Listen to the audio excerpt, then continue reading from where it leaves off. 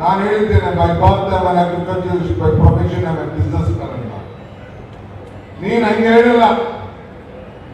ನಾನು ಪಂಚಾಯತ್ ಬಂದಿದ್ದೀನಿ, ನಾನು ಹೊಲ ಉಳ್ತಾ ಇದ್ದೀನಿ ಅಂತ ನೀನು ಹೇಳಿದ್ದೀನಿ, ಜಮೀನು ಮಾಡ್ತಾ ಇದ್ದೀನಿ ಅಂತ. ನೀನು ಮಣ್ಣಿನ ಮಗ ಅಂತ ಹೇಳ್ತಾ ಇದ್ದೀನಿ.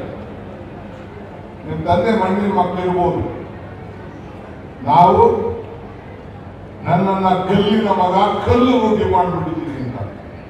ನನ್ನ ಮೇಲೆ, ನನ್ನ ತಮ್ಮನ ಮೇಲೆ, ನನ್ನ ಧರ್ಮಪತ್ನಿ ಮೇಲೆ, ನನ್ನ ತಂಗಿ ಮೇಲೆ ನೀನು ಕೇಸ್ ಹಾಕ್ಸಿ ಏನಾಯ್ತು?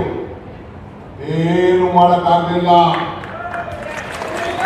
ಹೇಳ್ತಾ ಇದ್ದೀನಿ, ನೀನು ನಿನ್ನ ಕುಟುಂಬದವರು ಏನ್ ಮಾತಾಡದೆ ಮಿಲಿಟರಿಯವರು ಬಂದು ನನ್ನ ಕರ್ಕೊಂಡು ಹೋಗ್ತಾರೆ ಅಂತ ನೀನು ಬಂದು ನನ್ನನ್ನ ಜೈಲು ನೋಡಲ್ಲಪ್ಪ.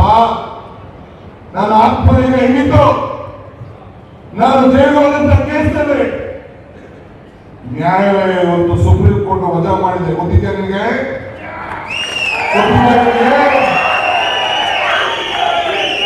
ನನ್ನ ತಂಗಿ ಮೇಲೆ, ನನ್ನ ತಮ್ಮನ ಮೇಲೆ, ನನ್ನ ಹೆಂಡತಿ ಮೇಲೆ ಕೇಸ್ ಹಾಕಲ್ಲ. ನಿನ್ನ ಸಹೋದರ ಬಾಲಕೃಷ್ಣ ಕೇಳಿ ಸೈನ್ ಹಾಕಿ ಕೇಸ್ ಹಾಕ್ಸಿದ್ನಲ್ಲ, ಅವೆಲ್ಲ ವಜಾ ಆಗಿದೆ. ಗೊತ್ತಿದೆ ನಿಮಗೆ? ಆದ್ರೆ ನಿನ್ನ ಡಿನೋಟಿಫಿಕೇಶನ್ ಇಂದ ನಾನು ಚರ್ಚೆ ಮಾಡಿಲ್ಲ. ನಿನ್ನ ಮೈನಿಂಗ್ ಕೇಸಿನ ಚರ್ಚೆ ಮಾಡಿಲ್ಲ. ನಿನ್ನ ಸಹೋದರರ, ನಿನ್ನ ಕುಟುಂಬದವರ ಆಸ್ತಿಯಿಂದ ಪಟ್ಟಿ ಬಿಡುಗಡೆ ಮಾಡಿಲ್ಲ. ಪಟ್ಟಿ ಬಿಡುಗಡೆ ಮಾಡ್ತೀನಿ, ಪಟ್ಟಿ ಬಿಡುಗಡೆ ಮಾಡ್ತೀನಿ.